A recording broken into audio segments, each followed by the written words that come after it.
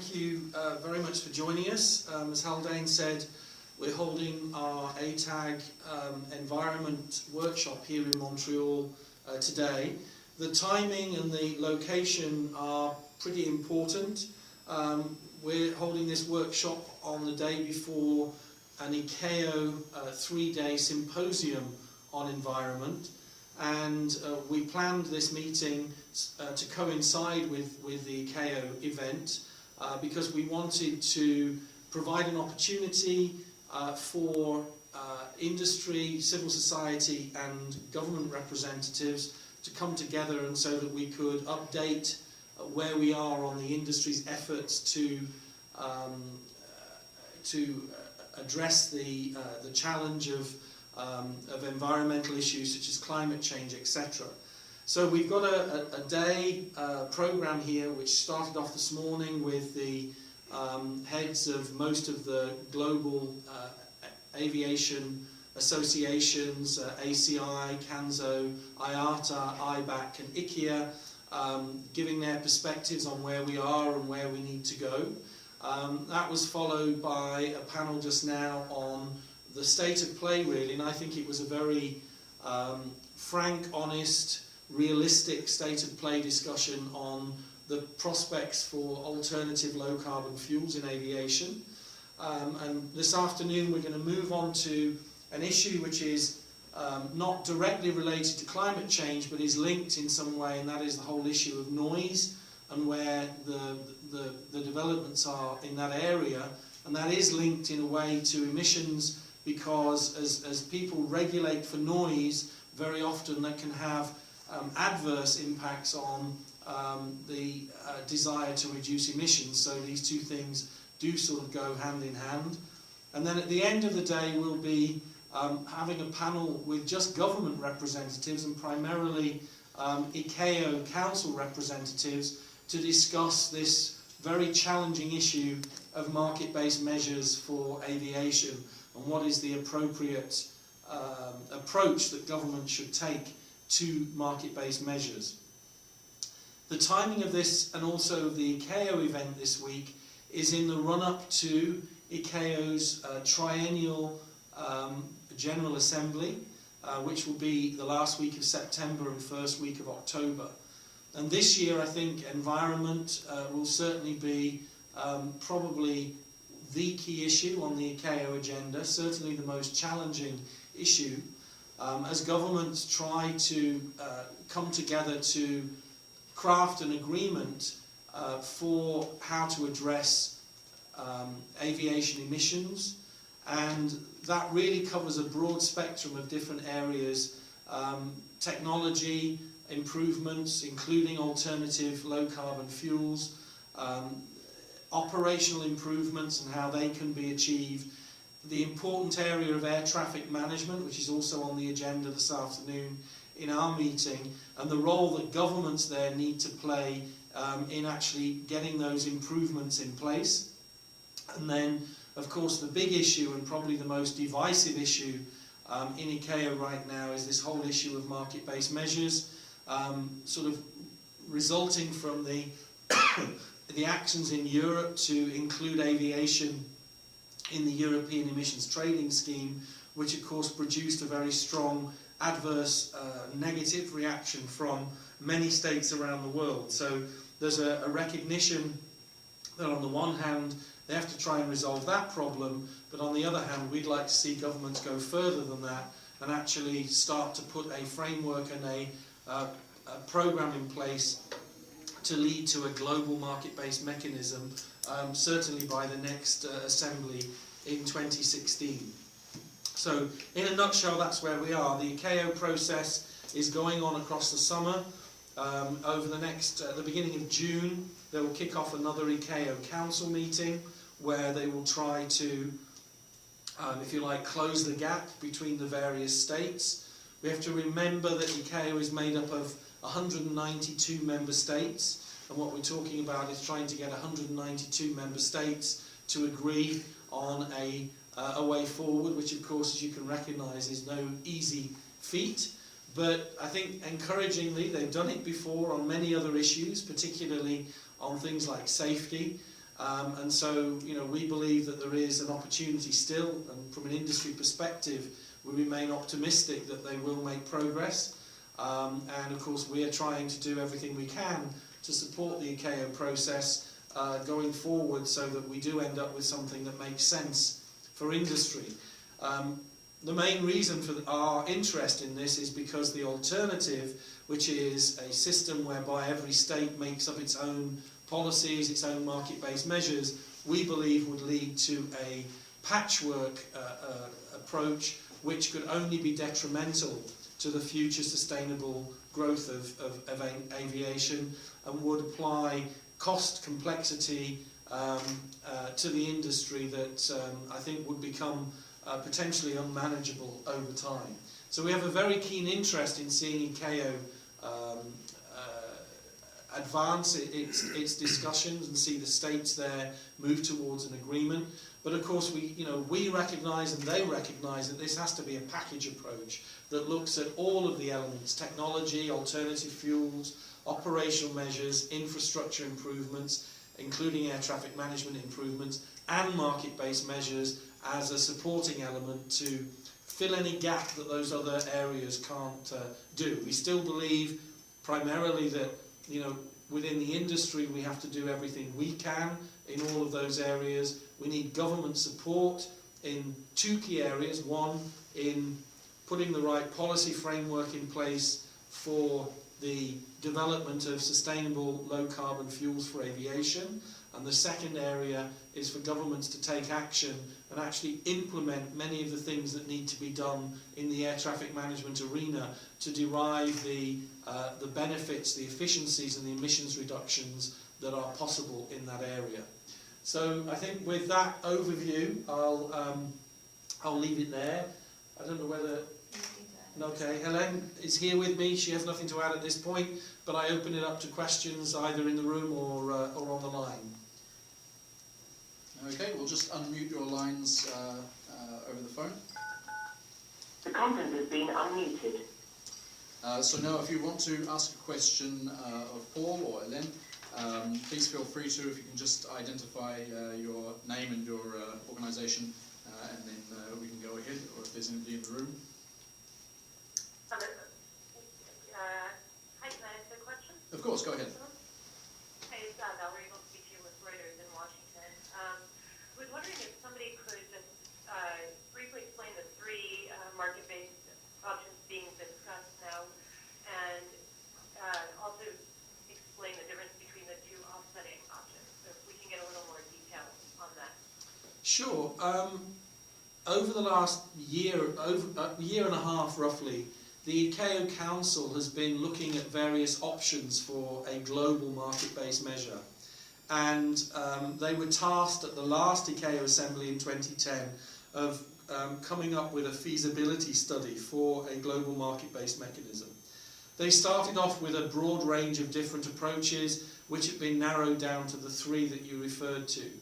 And those three are as follows. The first one is a relatively simple, mandatory offsetting mechanism, which means that any growth in emissions after a certain time, a certain date, and it looks as if that date is 2020, that you would have to buy credits on the open market to offset any growth above that baseline level of 2020.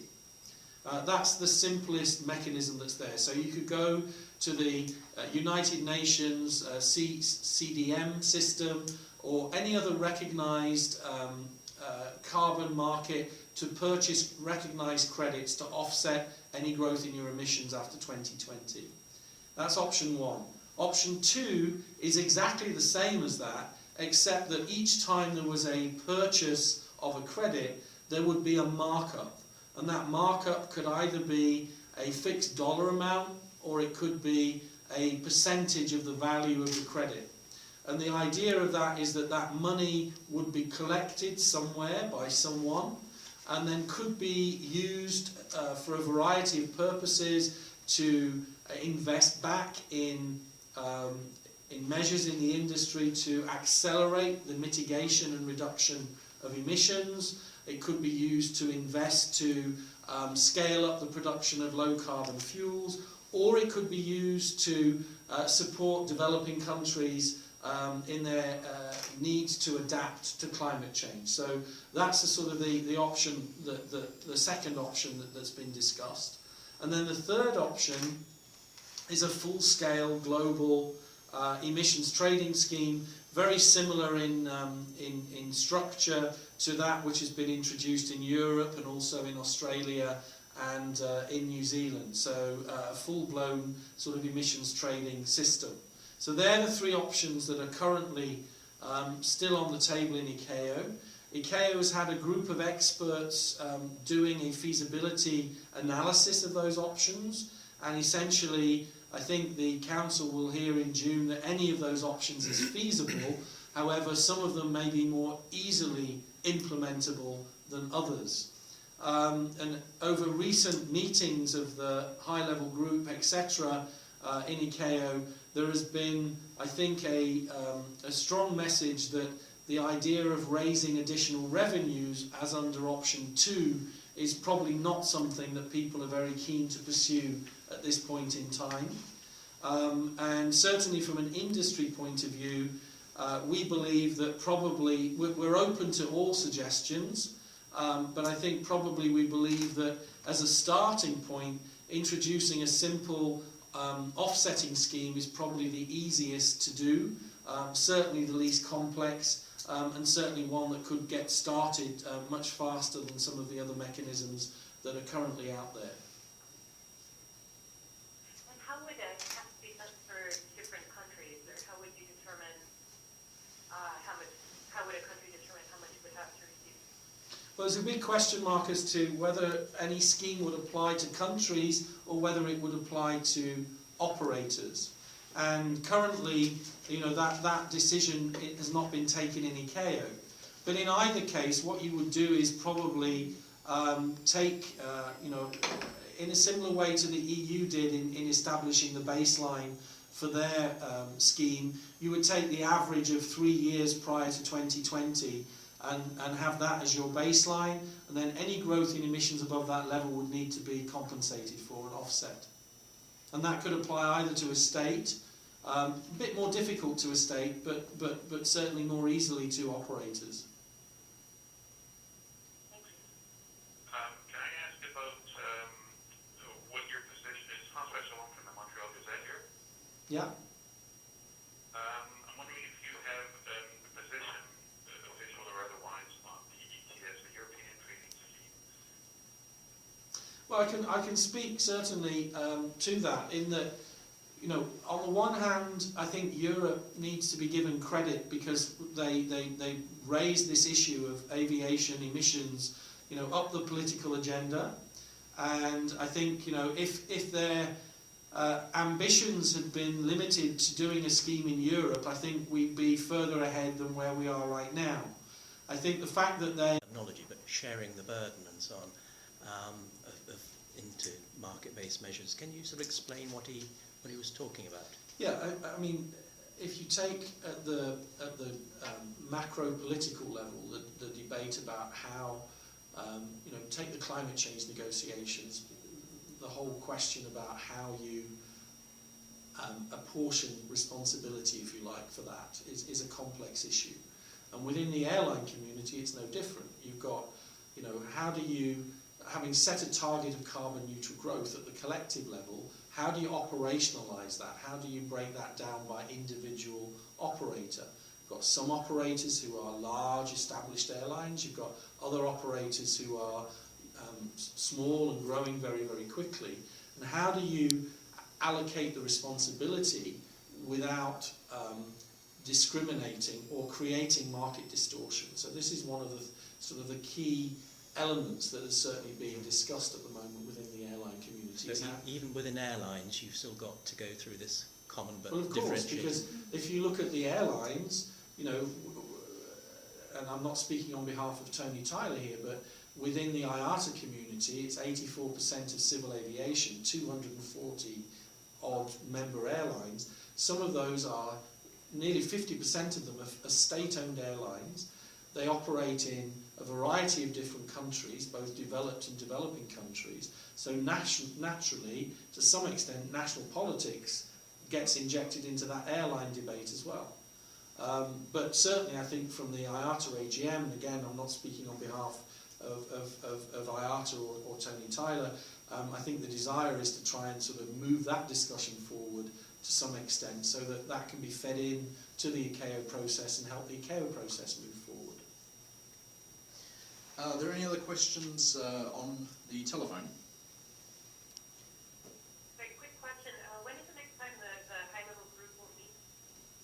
My understanding, and I stress those two words, my understanding is that there will not be another meeting of the high-level group, that the output of the high-level group was now being passed to the ICAO Council that meets at the beginning of June, and then that council will actually continue across the summer, and there will be a lot of negotiation going on backwards and forwards, both within and around the council, as that process goes on. But you might like to check that with ICAO. They're the people who probably know. As I said, it's my understanding. That's not. All right. Unless there are any other. Oh, sorry. Go ahead. What level of support is needed at ICAO to enact anything, and is there any vetoes or anything like that? There are a number of pathways. I mean, the most, and this has been discussed as far as I'm aware, the most sort of binding agreement would be a treaty amongst all the 192 states. That would take a huge amount of time, probably somewhere 8 to 10 years to get that in place. So I think there is a recognition that that's not the preferred pathway at this point in time. So I think what you're likely to see are a series of assembly resolutions, as they're called, which is basically a sign-off by the 192 states on a course of action, and that could be supplemented by what are called ICAO standards on specific elements of an approach. So, for example, monitoring, reporting and verification standards that would be needed to operate any type of global scheme. So I think you'll see more a combination of those things than a treaty at this point in time. Okay, unless there are any other questions, there are some hungry people in this room wanting to get some lunch before the session starts again. Thank you very much. The states were saying, if you continue along this path, we're going to introduce all sorts of retaliatory measures against your airlines, against your aircraft manufacturers, against you name it. We're going to find a way to hit back at this. And so from an industry point of view, we pushed very hard with the Commission to review their plans so that it would give space for a proper negotiation to happen within ICAO. And that's essentially what the European authorities, the Commission, the Council and the Parliament have done in terms of what they call stopping the clock on the European ETS, with a view to then giving space to ICAO to try and craft an agreement in the run-up to this year's assembly. So, on the one hand, we welcome the fact that Europe pioneered, if you like, this idea of moving the topic of aviation emissions up the political agenda. We don't believe they did it in the right way in terms of extending it outside Europe, but again, we appreciate the fact that they have now stopped the clock, and that urges other governments who have been historically against the EU ETS, but they now need to demonstrate what it is they do want in place of it, because I think everyone recognises, and certainly industry recognises, that a market-based measure at the global level, if implemented properly, could be extremely useful in helping us deliver our targets that were set back in 2009.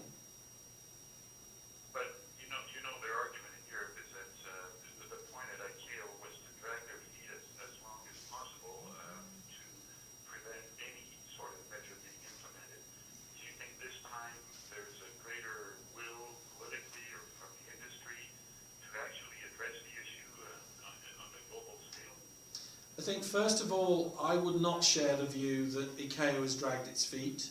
And again, ICAO is 192 countries, and when I look at the complexities of getting large groups of countries to agree to anything, I mean, let's look at the climate change negotiations themselves. They've hardly been extremely rapid in their acceleration to a conclusion.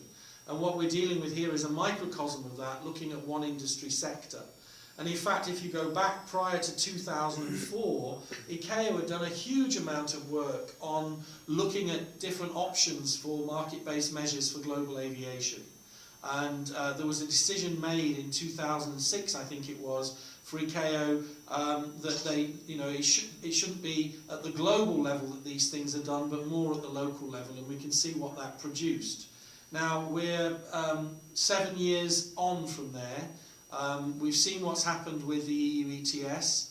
I think now there is a growing understanding, we're certainly not there yet, but a growing understanding that we need a global solution.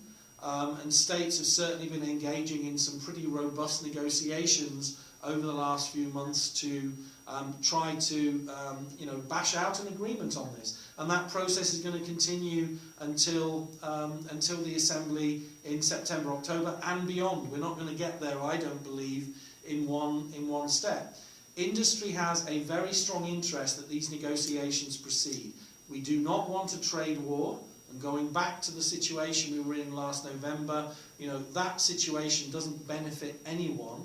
And on the other hand, we are absolutely convinced that having a patchwork approach to this is going to be in nobody's interest either. So we have a very strong interest in seeing that governments come together at this Assembly and that we get some real progress in terms of clarity as to a direction that they want to go in, and hopefully some stepping stones, a clearly identified roadmap of how we're going to get there between this Assembly and the next one in 2016.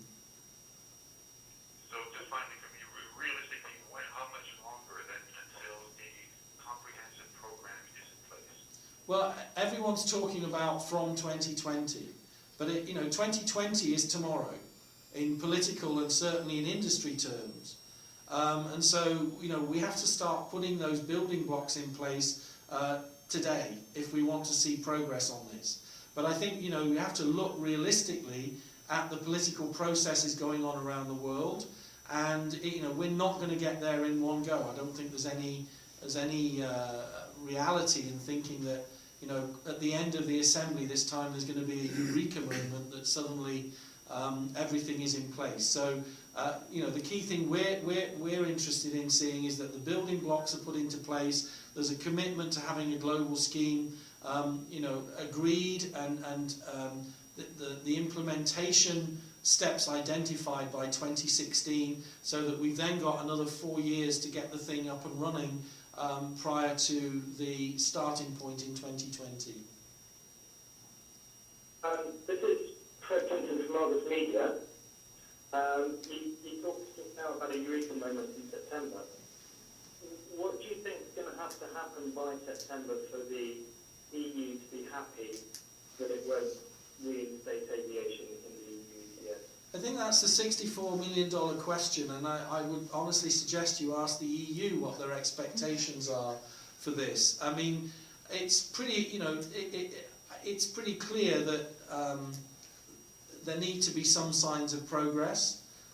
It would be extremely unfortunate if the EU decided that they hadn't seen enough signs of progress so that they had to reinstate the EU ETS, because I'm not sure putting ourselves back into the corner where everybody was last November is a particularly healthy thing to do. So I think, my suggestion is ask the EU what their expectations are. I think at the moment they're being extremely cautious and diplomatic as to what their expectations are, and I don't blame them for that. I think we have a lot, there's a lot of work to be done between now and September, and there'll be a lot of political toing and froing, both in front of stage and also behind the scenes, in terms of trying to narrow down the various positions that are held in the political community right now. Can I ask you? Just a follow-up. Could you see a situation whereby we get to September and the EU says, I'm sorry, this isn't good enough, we're going to go back to where we were. I mean, that's the only bargaining chip that the EU has, really, at the moment. So that's been a threat hanging over everybody. Can you see that happening, or are we really in a phase whereby aviation isn't going to be in the ETS, and there's just going to be ongoing negotiations with that sort of hanging over everybody? I mean, again, I cannot and don't want to comment on what the EU may or may not do. I think, as I said, it would be unfortunate if the thing gets reinstated. But what I will say is that, you know, there is a strong political will and a constructive political will, by many, many countries to try and find a way through this process, including the EU states.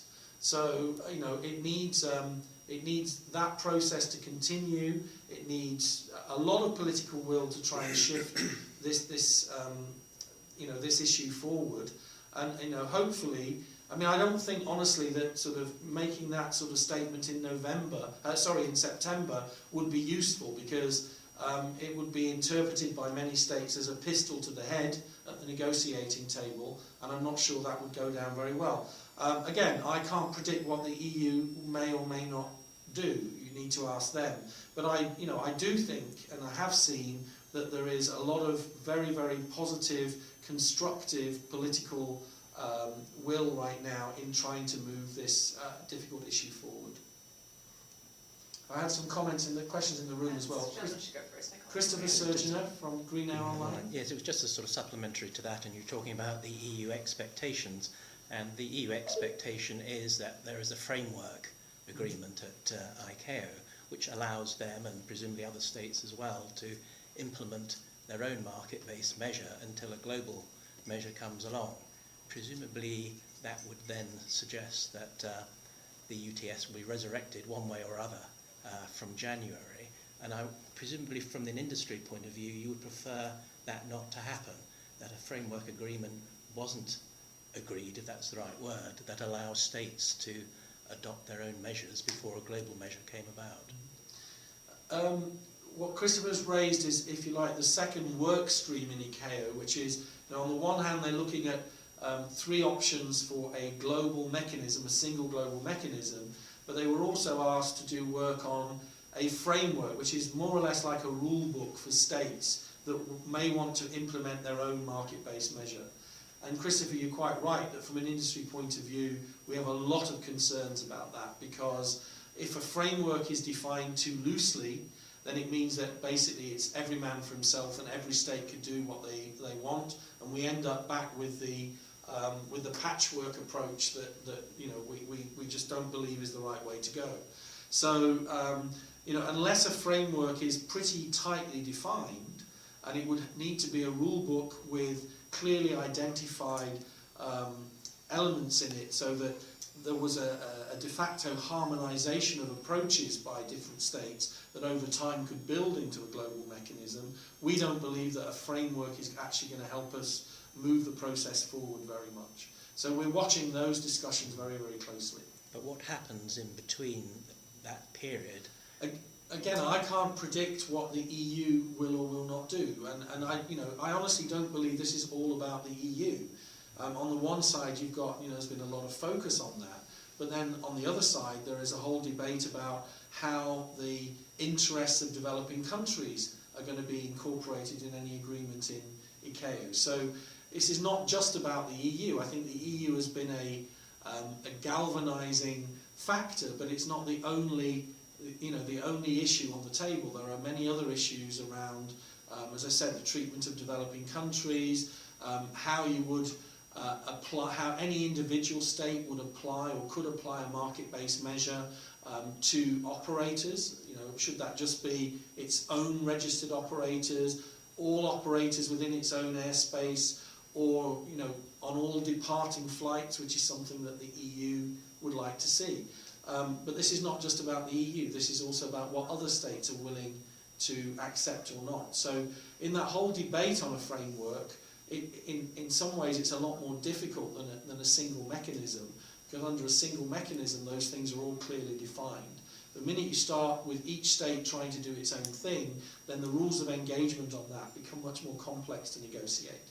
So it's going to be very interesting to see how those two lines of negotiation continue over the summer. Sure. I understand your objection to a patchwork system, but isn't a framework needed in order to implement a global market-based measure as well? It would apply to a global system, and it would be needed to roll one out, right? Again, it depends on the nature of the framework. If a framework is a closely defined rule book that says if a state wants to do a market-based measure, it should do A, B, and C, then that potentially could help. But if it's a loosely defined framework, then it means states can basically head off in different directions, and once those measures are in place, it's going to be very, very difficult to bring them back together again into a global mechanism. But the framework would apply to a global system as well.